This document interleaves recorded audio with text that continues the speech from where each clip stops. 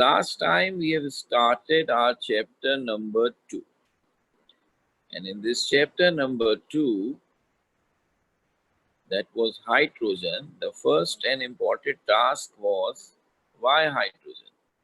The periodic table बना लिया, then why should we have a chapter of one specific element? तो हमने सबसे पहले यही डिस्कस किया कि अनफॉर्चुनेटली इतना अच्छा टेबल बनाया, इतनी मेहनत से बनाया और ऐसा लगा जैसे तीर मार लिया है, फिर भी बैड लक देखिए कि पहला ही एलिमेंट जो हाइड्रोजन है वही कंट्रोवर्शियल हो गया। ये बात जहन में रखिएगा कि हम जिस पीरियोडिक टेबल को पढ़ रहे हैं, which is the long form of periodic table या modern periodic table, even that periodic table is not perfect. So ये ना समझिएगा कि हर वो बात जो हमने पीरियोडिक टेबल के फीचर्स में कही वो 100% मौजूद है। There are exceptions. ये और बात है कि हम हर बात को जस्टिफाई कर सकते हैं कि भाई इस लिहाज से लॉथर मेयर की बात अभी तक ठीक है कि एलिमेंट्स में पीरियोडिसिटी है मगर बहुत ही रैंडम अंदाज की है। तो उसकी ये बात इस लिहाज से ठीक है कि कॉन्फ़िगरेशन में इतनी ज़्यादा उलट फेर है, आपने एक्सेप्शंस भी पढ़े हैं, कि उस पर बेस किया जाने वाला पीरियोडिक टेबल बहुत हद तक, मैं कहता हूँ 95% प्रॉपर्टीज को बहुत ही अच्छे तरीके से, सिस्टमैटिक तरीके से अरेंज कर रहा है और उसके फायदे भी हम बहुत ज़बरदस्त उठाएंगे। लेकिन देयर आर एटलीस्ट 5% थिंग्स जिसमें हमें पैटर्न से हटकर भी चीज़ें देखने को मिलेंगी। So we should be mentally prepare for that. और इसलिए सबसे बड़ा इसमें जो ड्रॉबैक है वो है पोजीशन ऑफ हाइड्रोजन। ये हाइड्रोजन अपने सिंपल एटॉमिक स्ट्रक्चर की वजह से ऐसी सिचुएशन क्रिएट करता है कि उसके लिए पीरियोडिक टेबल में कोई सूटेबल ग्रुप नहीं है। पीरियड तो है, फर्स्ट पीरियड, उसमें कोई इशू नहीं है, लेकिन ग्रुप नहीं है। तो हम ऑलरेडी इसमें सबसे ज़्यादा इम्पोर्टेंट कैंडिडेट को डिस्कस कर चुके। हम सबका ख्याल था इस टॉपिक को शुरू करने से पहले, on the basis of electronic configuration the hydrogen must be placed with the group 1 ए, चूंकि उसकी कॉन्फ़िगरेशन S1 बड़े स्ट्रॉन्ग पॉइंट थे। लेकिन फिर जब हमने इसको अपोज किया है तो भी हमारे पॉइंट्स कुछ कम स्ट्रॉन्ग नहीं थे और फिर डिसाइड ये हुआ कि चलो भाई 1A से तो उसकी छुट्टी करो। तो अब हमारा उसी टॉपिक का दूसरा हिस्सा होगा और अब हम आपसे कह रहे हैं कि position of hydrogen in group 7A, that's halogen। और अगर आपको याद आना चाहिए, ये तो जो कॉन्फ़िगरेशन से टेबल बना, तो हमने आपसे कहा कि देखिए जिसकी कॉन्फ़िगरेशन S1 हो उसे आप ग्रुप 1A में रख दीजिए, तो हाइड्रोजन को उसमें रख दिया हमने। अदरवाइज इस कॉन्फ़िगरेशन से पहले जितने भी पीरियोडिक टेबल बने थे, स्टार्टिंग फ्रॉम खासतौर पर न्यूलैंड और फिर even Lothar Meyer and then Mendeleev, उसमें अगर आपको याद आए तो हाइड्रोजन के नीचे था फ्लोरीन, क्लोरीन, ब्रोमीन, आयोडीन, यानी hydrogen was placed with the halogens. ये 1A वाली तरक्की हुई थी जब हमने कॉन्फ़िगरेशन से मॉडर्न पीरियोडिक टेबल बनाया था। उससे पहले वालों ने, जिन्होंने ज़्यादा फोकस ये रखा कि प्रॉपर्टीज किससे ज़्यादा मैच कर रही हैं, they think hydrogen is the member of halogen. तो उसी पर अब बात कर रहे हैं। और अगर आप वैसे तो हाइड्रोजन के लिए तीनों में से कोई सा भी ग्रुप सूटेबल नहीं है एंड हमने यही करना है, लेकिन अगर हम कंपैरिजन कराएं तो जिस ग्रुप से हाइड्रोजन सबसे ज़्यादा रिजेम्बलेंस दिखाता है या जो उसकी सबसे ज़्यादा करीब है वो हैलोजेंस का ग्रुप है। दूसरे नंबर पर ग्रुप 1A है और जो हम आखिर में डिस्कस करेंगे इसके बाद 4A, वो बस कहना चाहिए सबसे लीस्ट लाइकली था कि हाइड्रोजन वहाँ रखा जाए, क्योंकि उसमें सिमिलैरिटी है मगर उनकी सिमिलैरिटी से बहुत ज़्यादा है। तो बहरहाल वो भी आ जाएगा मरहला, डिस्कस तो उसे भी करना है। लेकिन 7A जिसके बारे में मैं कह रहा हूँ ज़्यादा हाइड्रोजन इससे सिमिलर है, जरा उसकी सिमिलैरिटीज देखते हैं। सबसे पहला point between hydrogen and group 7A, group 7A और halogens contains gases, chlorine and fluorine, liquid, bromine, and solid, iodine. So hydrogen, being a gas, can be placed in this group.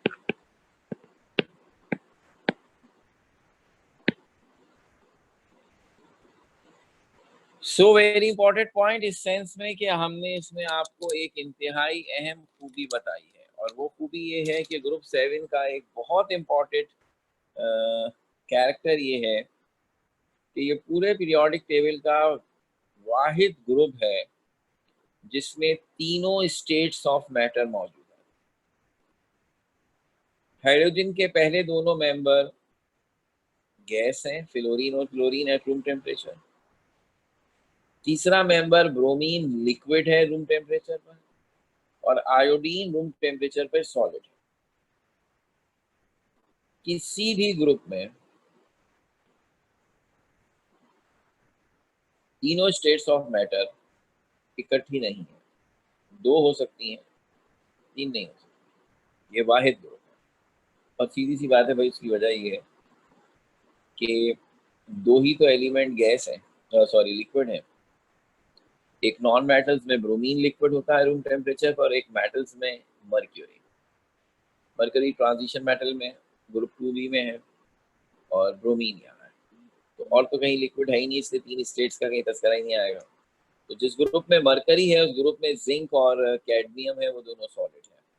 तो वो group 2b जो है वो solid और liquid का है, बाकी लिक्विड और कहीं है ही नहीं, तो इसलिए उसकी तो एंट्री हो ही नहीं सकती।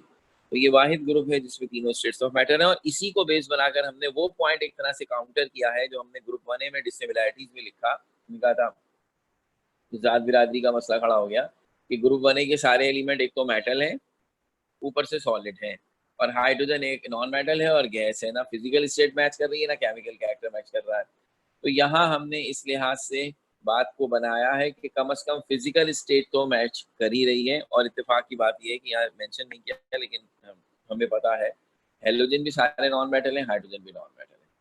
तो इसका मतलब ये हो गया कि यहाँ ये मामला नहीं आएगा कि ये मेटल है या नॉन मेटल या किस स्टेट से है। स्टेट के लिहाज से भी हाइड्रोजन की इस ग्रुप में जगह बनती है, जब इसमें दो गैसेस हैं तो तीन हो जाएंगी, और नॉन मेटालिक नेचर से भी बनती है। ये पहला पॉइंट था। दूसरा पॉइंट है both hydrogen and halogens need one electron to complete their last orbit. Noble gas configuration हासिल करने के लिए या अपना लास्ट ऑर्बिट कंप्लीट करने के लिए, जो भी जुमला आप कहना चाहें, हाइड्रोजन को भी एक इलेक्ट्रॉन चाहिए और हेलोजेंस को भी एक इलेक्ट्रॉन चाहिए। हेलोजन से एक इलेक्ट्रॉन गेन करके अपना ऑक्टेट कंप्लीट कर लेंगे और हाइड्रोजन अपना डुप्लेट कंप्लीट कर लेगा। इस लिहाज से दोनों का बिहेवियर, केमिकल बिहेवियर, इसी बात का नाम है ना कि कोई भी एलिमेंट जब रिएक्शन करे तो उसका रुझान क्या है, उसकी टेंडेंसी क्या है। दो मेजर टेंडेंसी, इलेक्ट्रॉन लूज करेगा या इलेक्ट्रॉन गेन करेगा, और उसके बाद मजीद डिटेल ये कितने।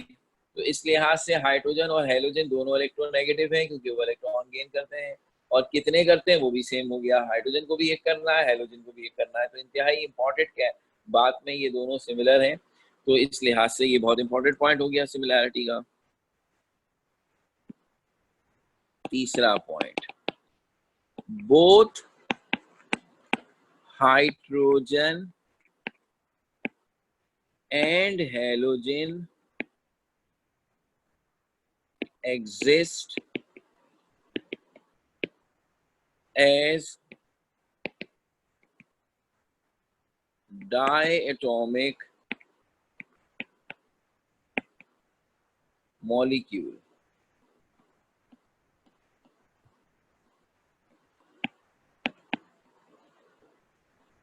that is H2, F2, Cl2, etc. तो अब आप देख सकते हैं कि ये बात भी हमने वहां ड्रॉबैक्स में लिख दी थी ग्रुप 1A के साथ कि ग्रुप 1A के एलिमेंट्स हाइड्रोजन की तरह डायटोमिक मॉलिक्यूल नहीं बनाते, ये उनकी एक डिसिमिलैरिटी थी। यहाँ ये बात पॉजिटिव में आ रही है कि हाइड्रोजन भी और हेलोजन भी दोनों डायटोमिक मॉलिक्यूल्स की सूरत में एग्जिस्ट करते हैं।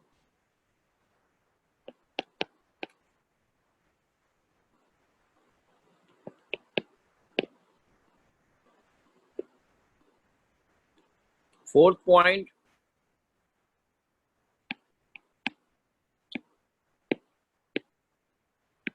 valency of both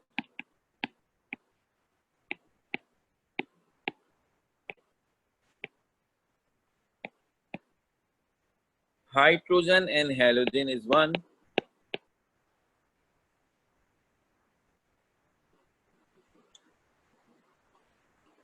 जब ये दोनों एक एक इलेक्ट्रॉन गेन करके नोबेल गैस बनाएंगे तो ऑब्वियसली वैलेंसी तो 1 होगी।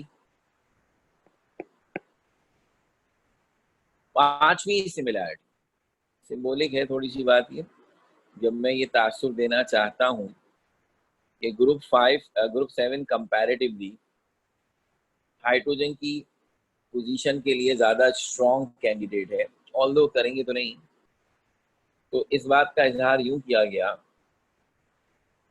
कि ग्रुप 1A में 4 सिमिलैरिटीज और 4 डिससिमिलैरिटीज लिखी हैं, या डेलिबरेटली हम 5 लिखेंगे ताकि ये अंदाजा हो कि ये ज्यादा स्ट्रॉन्ग है प्लेसमेंट ऑफ हाइड्रोजन के लिए।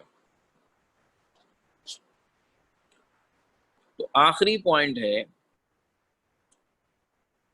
Both hydrogen and halogens are electronegative and tends to donate,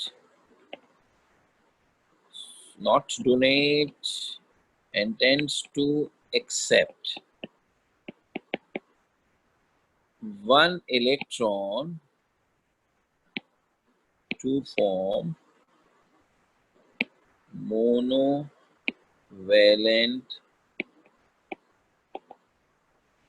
anion। Halogen में क्लोरीन इलेक्ट्रॉन गेन करके क्लोराइड बनना चाहता है,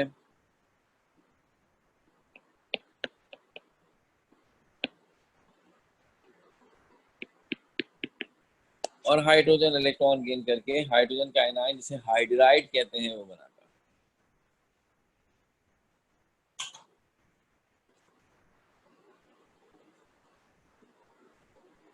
तो ये आपके पास पांचों कैरेक्टरिस्टिक्स आ गए जो सिमिलैरिटी में शुमार होंगे।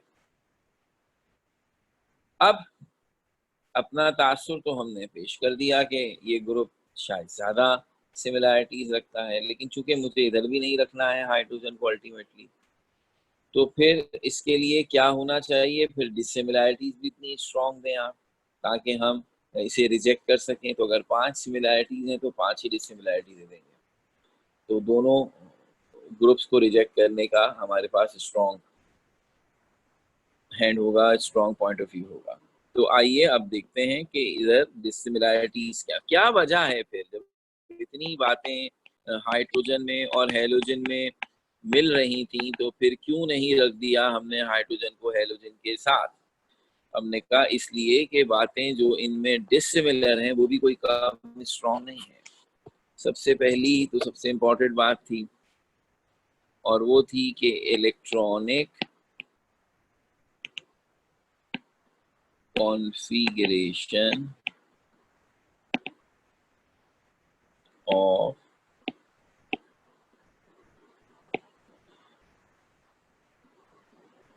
elements of group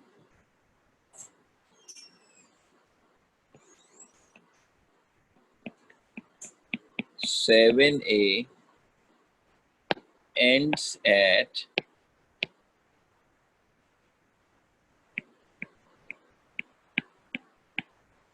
NH2NP5, but of hydrogen it is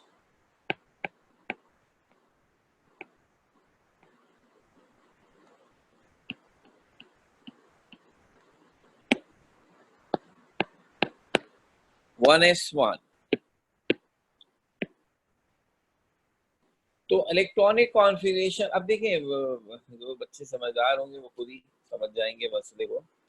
जिन बातों में हाइड्रोजन ग्रुप 1A से सिमिलर था, उन्हीं बातों में वो ग्रुप 7A से तो सिमिलर नहीं हो सकता। तो ये पॉइंट यहाँ डिसिमिलैरिटी में आ जाएंगे, क्योंकि आपको याद है आपने ये बात ग्रुप 1A में सिमिलैरिटी में लिखी थी कि भाई ग्रुप 1A की भी कॉन्फ़िगरेशन S1 है, हाइड्रोजन की भी S1 है। ये बात ग्रुप 7 में जब पहुंचेगी तो डिसिमिलैरिटी बन जाएगी, ग्रुप 7 की कॉन्फ़िगरेशन H2P5 और हाइड्रोजन 1S1 है। तो कॉन्फ़िगरेशन जैसा स्ट्रॉन्ग पॉइंट यहाँ पर दोनों का मैच नहीं कर रहा है, और इसी से ये रिजल्ट भी निकलता है।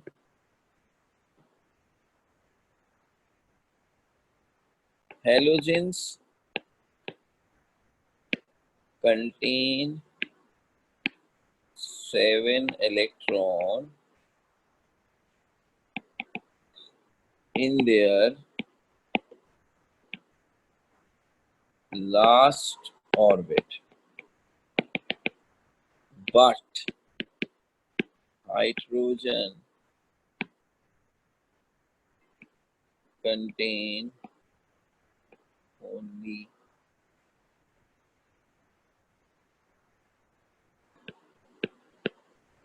one। तो हेलोजेंस के लास्ट ऑर्बिट में 7 इलेक्ट्रॉन है और हाइड्रोजन के लास्ट ऑर्बिट में 1 इलेक्ट्रॉन। और बहुत अहम बात, hydrogen is both electropositive and electronegative।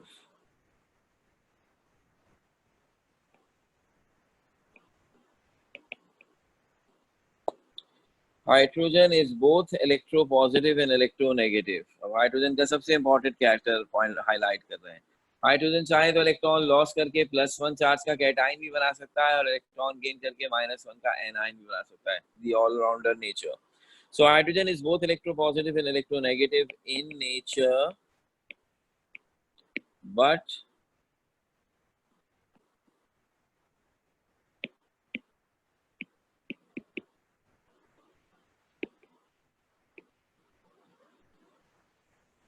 halogens are electronegative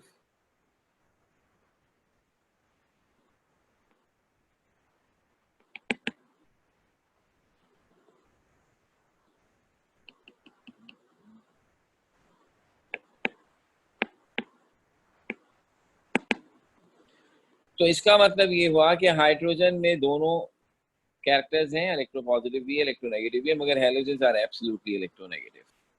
3 बातें हो गई। और अब एक बहुत अहम बात नंबर 4 पे, electronegativity of hydrogen is less than halogens। आम सी बात लिख दी आपने। अच्छा भाई, हाइड्रोजन की इलेक्ट्रोनेगेटिविटी ज्यादा होती है और हाइड्रोजन की कम होती है, तो इस बात की अहमियत क्या है? बड़ी प्रैक्टिकल बात लिखी है ये। हम पीरियोडिक टेबल में एलिमेंट्स को कॉन्फ़िगरेशन के हिसाब से रख के क्या फायदा उठाना चाह रहे थे कि जब हम उनकी प्रॉपर्टी, तो हमें उसमें एक या तो सिमिलैरिटी मिलेगी या कोई पैटर्न मिलेगा। तो अगर हमें ज़्यादातर प्रॉपर्टीज़ में भी सहूलत हो जाए तो हमें सब्र आ जाएगा। सब में ही मिल जाए सहूलत तो आइडियल है, लेकिन जैसा मैंने कहा कि बहरहाल हमारा पीरियोडिक टेबल परफेक्ट नहीं है, तो अमूमन यही होगा कि ज़्यादातर बातें जो एलिमेंट्स की हैं उनमें हमें पैटर्न और ट्रेंड मिलेगा या सिमिलैरिटी मिलेगी, और कुछ में नहीं मिलेगी। यहाँ हम जिस चीज़ को हाईलाइट कर रहे हैं उसमें हमने लफ्ज़ इस्तेमाल किया इलेक्ट्रोनेगेटिविटी। देखिए प्रॉपर्टीज़ बहुत सारी हैं, कोई एक आधी ना मिले तो इतना गम नहीं होगा हमें, मगर कुछ प्रॉपर्टीज बड़ी क्रूशियल है जिनको हम महज एक प्रॉपर्टी नहीं कंसीडर कर सकते, वो एलिमेंट का सब कुछ है। मिसाल के तौर पर नोबेल गैस, मैं ये नाम आपके सामने लूं, कौन सी केमिकल प्रॉपर्टी ऐसी होगी जो जहन में ऐसे स्ट्राइक करेगी कि आपके जहन में सिर्फ नोबेल गैस का नाम आएगा? कोई कहते सर गैस, यार अगर मैं नाम लूंगा गैस का तो नोबेल गैस क्यों मेरे जहन में आएगी? और भी तो गैसेज हैं, वो भी आ सकती हैं। कोई कहे कलरलेस है, हाइड्रोजन ऑक्सीजन नाइट्रोजन ये तीनों भी कलरलेस हैं, ये भी आ सकती हैं। लेकिन अगर कोई कहे इनर्ट नॉन रिएक्टिव, तो नोबेल गैस के अलावा और किसी का नाम नहीं आता। बावजूद इस फैक्ट के कि मैंने अब आपको अपग्रेड नॉलेज दे दी कि चलो जरा बड़े हो जाओ और ये जान लो कि ग्रुप 8A के या एलिमेंट जो कि नोबेल गैसेस हैं वो हल्के फुल्के रिएक्शंस हो गए हैं उनके, खासतौर पर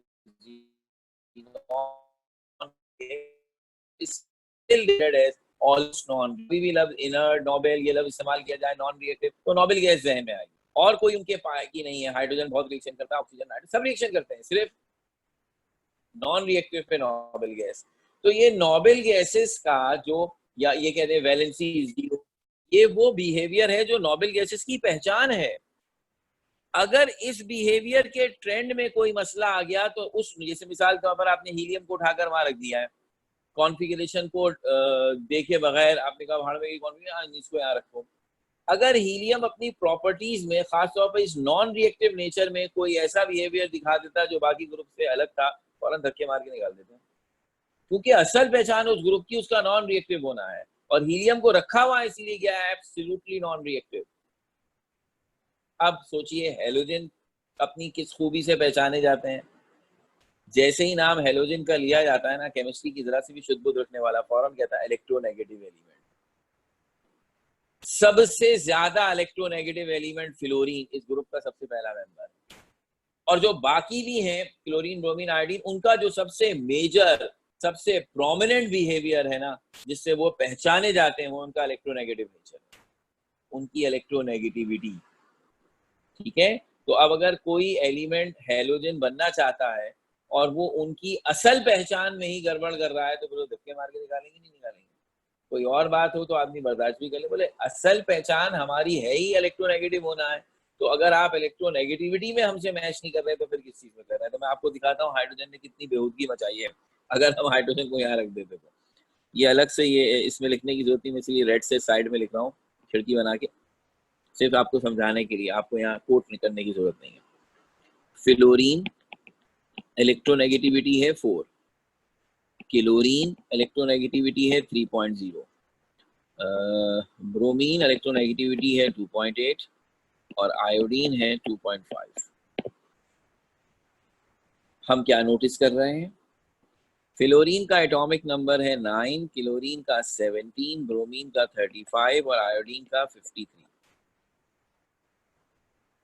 ये एक तो भाई बात ये है कि ये स्क्रीन जो जिस पर हम लिखते हैं और जिस पेंसिल से लिखते हैं ये ज़िंदगी में पहली दफ़ा इस्तेमाल की है, तो अक्सर जब जज्बाती हो के पढ़ाता हूँ और जल्दी जल्दी लिखता हूँ तो ज़रा लिखने में राइटिंग थोड़ी सी पढ़ने लायक भी नहीं रहती, जिसकी वजह से सुस्ती होती है, और ये अब 2-3 दफ़ा हो चुका है। तो कल हमने जब चार्ट सॉल्व किया अपना जो चैप्टर 1 के आखिर में था एटॉमिक नंबर मास नंबर वाला, तो एक जगह पे सीजियम आया था जिसमें उसके इलेक्ट्रॉन 55, प्रोटॉन भी 55 और एटॉमिक नंबर भी 55। अब वो 55 जज्बात में लिखते हुए ऐसे लिख दिया, वो 55 कम और 56 ज़्यादा लग रहा था, तो वो जो बेचारे बच्चे आराम से बैठकर गौर कर रहे होंगे, उनमें से एक को ये हुआ कि ये 56 कहाँ है, कैसे हो गया। काफ़ी देर सोचने के बाद फिर उसने आखिरकार मुझसे पूछ लिया, तो मुझे खुद 56 ही लग रहा था, वो मैं क्या करता। तो मुझे एहसास हुआ कि जल्दी में लिखने की वजह से थोड़ी फिसल गई पेंसिल। तो अभी ये 35 भी इतनी बेहूदगी से लिखा था, तो मैंने इसे ठीक किया। इस बात तो ये लिखने में कोशिश पूरी करूँगा कि कहीं मैं बहकूँ ना, लेकिन हल्की-फुल्की राइटिंग ज़रा बहुत मुश्किल से कंट्रोल होती है, लिखना बड़ा मुश्किल है। तो कोशिश जारी है, इंशाल्लाह माहिर हो जाएँगे, क्योंकि अब तो जो हालात पता चल रहे हैं, जिस तेज़ी से डेट आगे की दई जाते जा रहे हैं, वो कह रहे हैं 15 सितंबर को खोलेंगे स्कूल, उसमें भी पता नहीं क्या खुल पाएँगे कि नहीं, तो कोई पता नहीं है, अभी शायद पूरा सेशन ऐसे ही चलना पड़े। तो आदत हो जाएगी भाई लिखने की, क्या करें। ओके, अब ज़रा गौर से देखिए। फ्लोरीन से आयोडीन एटॉमिक नंबर बढ़ रहा है, फ्लोरीन 9 से क्लोरीन 17, ब्रोमीन 35, आयोडीन 55, और इलेक्ट्रोनेगेटिविटी कम हो रही है। सही है, ये है इनका पैटर्न, जिसे मैंने कहा था ट्रेंड या पैटर्न। अभी तो चूंकि अप्लाई नहीं किया है, लेकिन अब चूंकि करना ही पड़ेगा, अब हाइड्रोजन के चैप्टर पे तो पहुंच ही गए, तो मैं अभी से पीरियोडिक टेबल में कहा था, फिर बता रहा हूँ। जो हमने ये सारा सेटअप किया ना पीरियोडिक टेबल का, ग्रुप वाइज और पीरियड वाइज, तो ये याद रहिए, खासतौर पर ग्रुप में, एक ही ग्रुप में जितने भी एलिमेंट आएंगे वो केमिकल प्रॉपर्टीज यानी रिएक्शंस के लिहाज से सेम होंगे। वहां लफ्ज आप सेम यूज कर सकते हैं। सेम का मतलब है कि अगर लिथियम और सोडियम एक ग्रुप में है और मैं लिथियम की इक्वेशन लिखूं किसी भी रिएक्शन की, तो सोडियम की एग्जैक्ट वही इक्वेशन होगी, बस आप लिथियम की सिंबल की जगह सोडियम का सिंबल बना दे, ये वाला हिसाब होगा। तो केमिकल प्रॉपर्टीज में तो ये इस तरह सेम है, ठीक है ना। ये मैं जानबूझ के एक्सिजरेट करके लफ्ज सेम यूज कर रहा हूँ, हालांकि हमसे कहा जाता है फिर भी सिमिलर कहिए, क्योंकि रिएक्शन की कंडीशंस में वेरिएशन आ सकता है। कि लिथियम फर्स्ट कर लें, अगर रूम टेम्परेचर पे रिएक्शन करता है, सोडियम उससे भी रिएक्टिव है, तो वो उससे भी जल्दी रिएक्शन करेगा, इन बातों में फर्क आ सकता है। इक्वेशन की अगर आप बात करें ना, तो हमें तो रट्टा वही लगानी होती है ना, तो वो बिल्कुल सेम होती है, बस सिंबल चेंज करते जाओ, वो इक्वेशन। अलबत्ता फिजिकल प्रॉपर्टीज जो है ना, उसमें हमारे एलिमेंट्स ऑर्डर में होंगे, वो फिजिकल प्रॉपर्टी सेम नहीं होंगी, वो एक पैटर्न में होंगी। ये रहा पैटर्न, देखिए कि जब हम नीचे जा रहे हैं ग्रुप में, वैल्यूज मुसलसल कम लिया। अच्छा, इन कम होने में ये भी जरूरी नहीं है कि कॉमन डिफरेंस के साथ कम हो, बस कम हो रही है। ओके, तो अब आप क्या सोचते हैं, अगर मैं कोई एलिमेंट इस हेलोजन में रखूं, कौन है वो एलिमेंट जिसे आप यहाँ रखना चाहते हैं? हाइड्रोजन। क्या है उसका एटॉमिक नंबर? 1। तो अगर वो 1 है तो उसे इस ग्रुप में कहाँ होना चाहिए, सबसे ऊपर या सबसे नीचे? आपने कहा क्या बात कर रहे हैं सर, हमें नजर आ रहा है जिसका एटॉमिक नंबर सबसे कम होगा वो सबसे ऊपर होना चाहिए। तो फिर हाइड्रोजन को यहाँ होना चाहिए, ये इसकी पोजीशन बनती है according to its atomic number, ठीक है। अब आप क्या एक्सपेक्ट करते हैं, अगर ये वाकई हैलोजन जैसा है तो इसकी इलेक्ट्रोनेगेटिविटी क्या होनी चाहिए? जाहिर सी बात है, जब सबसे ऊपर है तो ट्रेंड के हिसाब से इसकी इलेक्ट्रोनेगेटिविटी भी सबसे ज्यादा होनी चाहिए। एक्सपेक्टेड ये है कि कोई 5 के करीब हो, बहरहाल 4.5 भी चलेगी, बस 4 से ज्यादा होनी चाहिए, हमें कोई एतराज नहीं। तो हाइड्रोजन तुम्हारी कितनी है इलेक्ट्रोनेगेटिविटी? तो पता चला उसकी है 2.1। उसे कहते हैं गई भैंस पानी में। यानी अगर फर्ज कर लें हाइड्रोजन की इलेक्ट्रोनेगेटिविटी 4 से ज्यादा ना होती, 4 से कम होती, मगर 3.5 भी होती, कि चलो फ्लोरीन से थोड़ी कम है लेकिन है तो अभी भी तगड़ी 3.5, तो भी शायद हम इतना बुरा नहीं मनाते। हम कहते यार चलो हाइड्रोजन ने थोड़ा सा ट्रेंड खराब कर दिया, हम कहते खराब कर दिया, लेकिन still hydrogen is one of the electronegative element. लेकिन यहाँ तो इसने हमारा बेड़ा गर्क कर दिया भाई, ये तो तमाम हेलोजन से, इवन आयोडीन से भी कम इलेक्ट्रोनेगेटिविटी रखता है, तो ये इस ग्रुप में क्या कर रहा है? ये तो इंतहाई मिसफिट हो गया। एक क्लास हमने बनाई, हमने कहा इसका नाम अल्लामा है, इसमें हमने उन बच्चों को एडमिशन देना है जिनके फर्स्ट ईयर में A1 ग्रेड है। ये मैं एग्जाम्पल दे रहा हूँ, ये हमारा रूल नहीं है, ऐसी खाम में कुछ में हो जाएगा, अच्छा अल्लामा ऐसी क्लास होती है। तो अगर फर्ज कर लें ये रूल बनता कि हमने उन बच्चों को एडमिशन देना है जिनका A1 ग्रेड है, क्लास में 90 बच्चे बैठे, सबका A1 ग्रेड हो। अब अगर फर्ज कर लीजिए किसी वजह से, किसी दबाव में आके, या ऐसी दिल चाह रहा था, उसमें हमने एक आधे या 2-4 ऐसे बच्चों को भी एडमिशन दे दिया जिनका A1 ग्रेड नहीं है। अगर फर्ज कर लीजिए उनका A ग्रेड है और परसेंटेज 79 है, 78 है, तो इन जनरल इतना बुरा नहीं मनाया जाएगा, अपने कि ऑलमोस्ट A1 ग्रेड ही थे यार, कोई बात नहीं। लेकिन अगर उस क्लास में एक सप्ली वाले बच्चे को बैठा दिया जाए, तो आप कहेंगे ना सर आपने क्लास का बेड़ा गर्क मार दिया। यानी ये तो बहुत ही बड़ा फर्क हो जाएगा ना, ये वो वाला हिसाब हो गया, कोई मैच ही नहीं है। दैट्स व्हाई लिखने में तो बड़ा एक लाइन का पॉइंट बना, लेकिन ये पॉइंट बड़ा स्ट्रांग हो गया कि आप कैसे हाइड्रोजन जैसे एलिमेंट को, जिसे इलेक्ट्रोनेगेटिव कहते हुए शर्म आएगी, उसे उठाकर आप इस ग्रुप में रख सकते हैं जो ग्रुप इलेक्ट्रोनेगेटिविटी में सबसे आगे है। दैट्स व्हाई ये पॉइंट हाइड्रोजन की प्लेसमेंट को बहुत बुरी तरह से अपोज करता है। और फिर आखिरी पॉइंट, ग्रुप 1A की तरह ये आखिरी पॉइंट भी सिमिलैरिटी के लास्ट पॉइंट को काउंटर कर रहा है। सिमिलैरिटी में हमने आखिरी पॉइंट क्या लिखा था? हमने लिखा था कि जनाब हाइड्रोजन और हेलोजन दोनों इलेक्ट्रोनेगेटिव हैं और एक एक इलेक्ट्रॉन गेन करके अब -1 चार्ज वाला एनाइन बनाते हैं। तो गोया इस लिहाज से दोनों का बिहेवियर एक जैसा है कि दोनों एक जैसा एनाइन बनाते हैं। हम यहाँ इस बात को चैलेंज कर रहे हैं कि शक्ल के लिहाज से तो दोनों एनाइन एक जैसे हैं कि दोनों पर -1 का चार्ज है, लेकिन कैरेक्टरिस्टिक और बिहेवियर के लिहाज से दोनों एक जैसे नहीं है। कैसे नहीं है? Monovalent anion of halogen can exist independently in water, but H-1 readily react with water to form hydrogen gas. Halogen अगर एनाइन बनाए तो वो एनाइन पानी में इंडिपेंडेंट एग्जिस्ट कर सकता है, यानी पानी के साथ उसकी कोई इंटरेक्शन नहीं होती, वो पानी के साथ रिएक्शन नहीं करता, उसका एनाइन पानी के मॉलिक्यूल्स के साथ इंडिपेंडेंटली मूव करता है विदाउट एनी रिएक्शन। लेकिन जो H-1 है, हाइड्रोजन का एनाइन है, उसे ये सहूलत दस्तयाब नहीं है।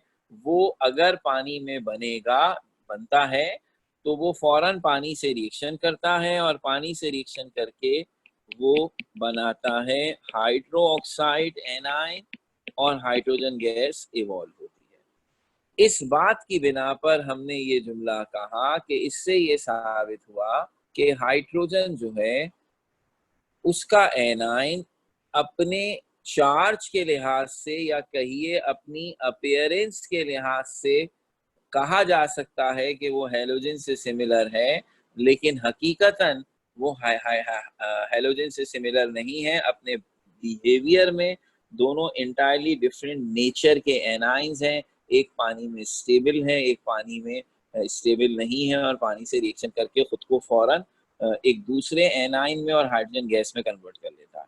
सो अब जब ये सब बातें नजर आ गई, मुकाबला 5-5 गोल से बराबर हो गया, तो फिर ये कंक्लूजन देने में हमें कोई अब हेजिटेशन नहीं है कि it would be not appropriate to place hydrogen in this group after looking at these dissimilarities. तो हमने इसी तरह लिखा कि due to these dissimilarities, hydrogen should not be placed in group 7A। तो जनाब हाइड्रोजन साहब आपका ग्रुप 7A से भी छुट्टी हो गई। तो ये दोनों स्ट्रॉन्ग तरीन ग्रुप्स थे जिसमें हाइड्रोजन की प्लेसमेंट पर गौर किया जा सकता था। और गौर क्या किया जा सकता था, क्योंकि आप सेकेंड ईयर में हैं और हमें हाइड्रोजन का अलग से चैप्टर पढ़ाकर इनऑर्गेनिक पढ़ाई जा रही है, तो हमने इस पॉइंट को बहुत ही ज़्यादा अहम लेते हुए इस पर बहस की है और अपने पीरियोडिक टेबल में से हाइड्रोजन को हटाया है। अदरवाइज अगर 9th वाला पीरियोडिक टेबल आप देखें या इवन कुछ और बुक्स में देखें, तो उन्होंने बात को बनाने की खातिर हाइड्रोजन को ग्रुप 1 में शो कर देते हैं। तो चलो मिट्टी पाओ, कोई बात नहीं। जहाँ हम ये डिटेल नहीं पढ़ना चाहते, जहाँ हम जरा कम स्टैंडर्ड की चीज़ें पढ़ना चाहते हैं, वहाँ आसानी खातिर लिख देते हैं। लेकिन यहाँ तो जाहिर सी बात है, अब सेकेंड ईयर को छोटी क्लास तो नहीं है, तो इसलिए हमने पूरी तफसील से मसला डिस्कस किया। अब फॉर्मेलिटी है, तीसरे ग्रुप को भी डिस्कस कर रहे हैं, उसकी भी बात कर रहे हैं। तो वो बहरहाल हमें वैसे भी एक्सपेक्टेड है कि उसमें हाइड्रोजन की पोजीशन वैसे भी कोई बहुत ज़्यादा फेवरेबल नहीं थी। सिर्फ एक बहुत स्ट्रॉन्ग पॉइंट है जो अब तक इन दोनों ग्रुप्स के दरमियान हमारा पॉइंट ऑफ डिफरेंस रहा है, और वो ये है कि हाइड्रोजन इलेक्ट्रोपॉजिटिव और इलेक्ट्रोनेगेटिव दोनों बिहेवियर दिखाता है। और उसकी वजह ये है कि इसकी कॉन्फ़िगरेशन टेक्निकली देखा जाए तो हाफ फिल है, और अब हर वो एलिमेंट जिनकी कॉन्फ़िगरेशन हाफ फिल होती है और वो इलेक्ट्रोपॉजिटिव इलेक्ट्रोनेगेटिव बिहेवियर दिखाते हैं, वो हाइड्रोजन से रिजेम्बलेंस दिखाएंगे। ये वो सबसे स्ट्रॉन्ग पॉइंट है जिसकी वजह से हम हाइड्रोजन की ग्रुप 4A में प्लेसमेंट को डिस्कस कर रहे हैं।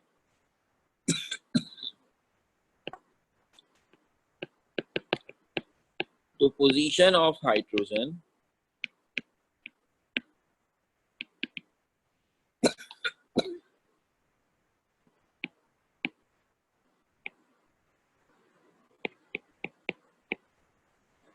इन ग्रुप 4,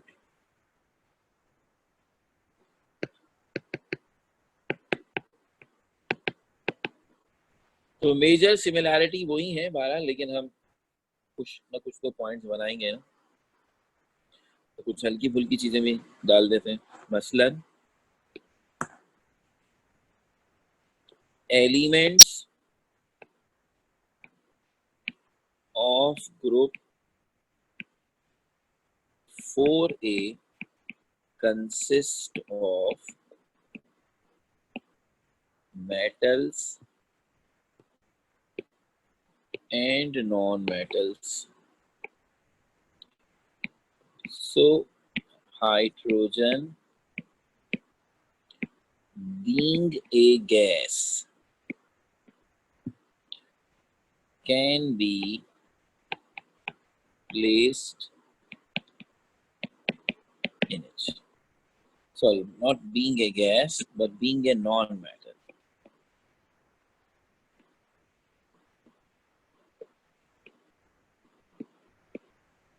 चूंकि ग्रुप 4A में मेटल्स और नॉन मेटल्स दोनों ही शामिल हैं, आपको याद है ग्रुप 4A के पहले 2 मेंबर नॉन मेटल हैं और आखिरी 3 मेटल हैं, तो फिर अगर हाइड्रोजन भी वहां रख दिया जाए बीइंग ए नॉन मेटल, हमें इसकी पोजीशन पर कोई एतराज नहीं होगा। वैलेंस शेल, अभी असल बात आ गई, of both hydrogen and elements of group 4A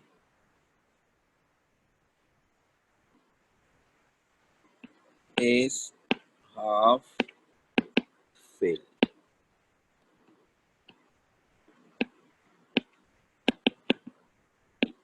So valence shell hydrogen और ग्रुप 4A का हाफ फिल्ड है। और number 3, both hydrogen and elements of group 4A are electropositive and electronegative as well. ये भी बात उसी में आ गई थी कि लास्ट शेल या वैलेंस शेल हाफ फिल है, तो इसी वजह से ये इलेक्ट्रोपॉजिटिव इलेक्ट्रोनेगेटिव दोनों बिहेवियर दिखाते हैं। और फिर values of thermodynamical properties like ionization potential and electron affinity of both hydrogen and elements of group 4A are similar. अब ये जो आखिरी बात लिखी है, ये यूं समझ लीजिए कि जब इतनी लंबी बहस हमने इलेक्ट्रोनेगेटिविटी वाले पॉइंट की ये उससे उसका उलट पॉइंट हो गया। कि हमने दो और प्रॉपर्टीज का हवाला दिया जिनको हमने कहा है थर्मोडायनामिकल प्रॉपर्टीज। याद रहे, थर्म का मतलब हीट है, डायनामिक्स का मतलब मोशन है। हर वो चीज जिसमें हीट एब्जॉर्ब या इवॉल्व हो रही हो, हर वो प्रॉपर्टी फिनोमेना, उसके लिए लफ्ज थर्मोडायनामिकल इस्तेमाल होता है। तो अगर आप नाम सुने मैंने कुछ प्रॉपर्टीज को थर्मोडायनामिकल का, एक आयनाइजेशन पोटेंशियल और एक इलेक्ट्रॉन एफिनिटी। याद ना आ रहा हो तो मैं याद दिला दूं। आयनाइजेशन पोटेंशियल उस एनर्जी को कहते थे जो हम किसी एटम को देते हैं ताकि उससे इलेक्ट्रॉन निकाला जा सके, और इलेक्ट्रॉन एफिनिटी उस हीट को कहते हैं जो उस वक्त इवॉल्व होती है जब हम किसी एटम में इलेक्ट्रॉन ऐड करते हैं। तो मुख्तसर बात, इन दोनों का ताल्लुक हीट के एब्जॉर्प्शन या इमिशन से है, इसलिए ये थर्मोडायनेमिकल कहलाती है। अहम बात क्या है कि अगर इलेक्ट्रोनेगेटिविटी की तरह मैं इन दोनों वैल्यूज की प्रॉपर्टीज को भी चार्ट बनाकर आपके सामने रखूं तो आपको इंटरेस्टिंग बात ये नजर आएगी कि हाइड्रोजन इस ग्रुप में फिट होगा, यानी वो ट्रेंड को फॉलो कर रहा होगा। तो कम से कम अगर इस ग्रुप में हम हाइड्रोजन को रख दें तो इन दो प्रॉपर्टीज में तो आपको इत्मीनान होगा कि हाइड्रोजन बहुत अच्छा बिहेवियर दिखा रहा है, क्योंकि एक का ताल्लुक इलेक्ट्रॉन लॉस करने से है और एक का ताल्लुक इलेक्ट्रॉन गेन करने से है। तो आपको भी समझ में आएगा, चूंकि ये इलेक्ट्रो पॉजिटिव और इलेक्ट्रोनेगेटिव दोनों कैरेक्टर दिखाते हैं, इसलिए इस एस्पेक्ट में ये मिले हुए हैं या एक जैसा बिहेव करते हैं। तो ये 4 पॉइंट्स ऑफ सिमिलैरिटी हमने क्रिएट किए यहाँ पर। अगेन, अब चूंकि मुझे ये जाहिर करना है कि ये ग्रुप बहुत ज़्यादा स्ट्रॉन्ग कैंडिडेट नहीं था हाइड्रोजन का, तो हम डेलिबरेटली जब इसकी डिससिमिलरिटीज लिखेंगे तो ज़्यादा लिख देंगे, 4 से ज़्यादा ही लिखेंगे, हैं भी बहुत ज़्यादा माशाल्लाह से। तो अब यहाँ से इंशाल्लाह हम इसे कंटिन्यू करेंगे। नेक्स्ट टेस्ट आपका जो मंडे के दिन होगा इंशाल्लाह, उसमें चैप्टर 1 पूरा और चैप्टर 2 में ये टॉपिक हमारा इंशाल्लाह कल ख़त्म हो जाएगा, क्योंकि अब तो सिर्फ डिससिमिलरिटीज लिखनी है और इनफैक्ट हम आगे भी शुरू कर देंगे, वो आगे की बात नहीं कर रहा। सिर्फ position of hydrogen in periodic table का जो टॉपिक होगा हाइड्रोजन के चैप्टर का, वो इंक्लूड करूंगा विद चैप्टर 1। और विद चैप्टर 1 का मतलब है पूरा चैप्टर 1। तो मैं इस टॉपिक को इसलिए इंक्लूड कर रहा हूँ कि ये है तो हाइड्रोजन का, लेकिन इसका भी ताल्लुक पीरियोडिक टेबल से ही है ना। तो इस तरह से यूं समझ लीजिए कि ये पूरा पीरियोडिक टेबल से रेलेवेंट जितनी भी बातें हैं उनका टेस्ट हो जाएगा। ऑब्वियसली फोकस मेरा यही होगा कि जो चीज़ें हमने पिछले टेस्ट के बाद की हैं वो ज़्यादा हाईलाइट हो, लेकिन मैं इस चक्कर में नहीं पढ़ रहा। मैं चाहता हूँ आपकी तैयारी पूरे पीरियोडिक टेबल से रेलेवेंट हर बात से हो जाए। तो पूरा chapter 1 and the topic of position of hydrogen in periodic table from chapter 2 will be inshallah in our test tomorrow on Monday meaning Tuesday। तो कल की क्लास में ये आखिरी डिसिमिलरिटीज हम फिनिश कर देंगे इंशाल्लाह ताला। तो अगली जो चीज़ हम शुरू करेंगे उसको नहीं देंगे हम टेस्ट में। तो अब ये पूरा जो कुछ हमने आज लिखा है इंशाल्लाह अभी ग्रुप में मैं आपके साथ शेयर भी कर देता हूँ। अगर किसी को कोई चीज़ पूछनी है तो पूछ लें, क्योंकि अब आपकी नेक्स्ट क्लास का टाइम हो रहा है। ओके देन, 5-1 मिनट के गैप के बाद आप उर्दू की क्लास को ज्वाइन कर सकते हैं। Thank you.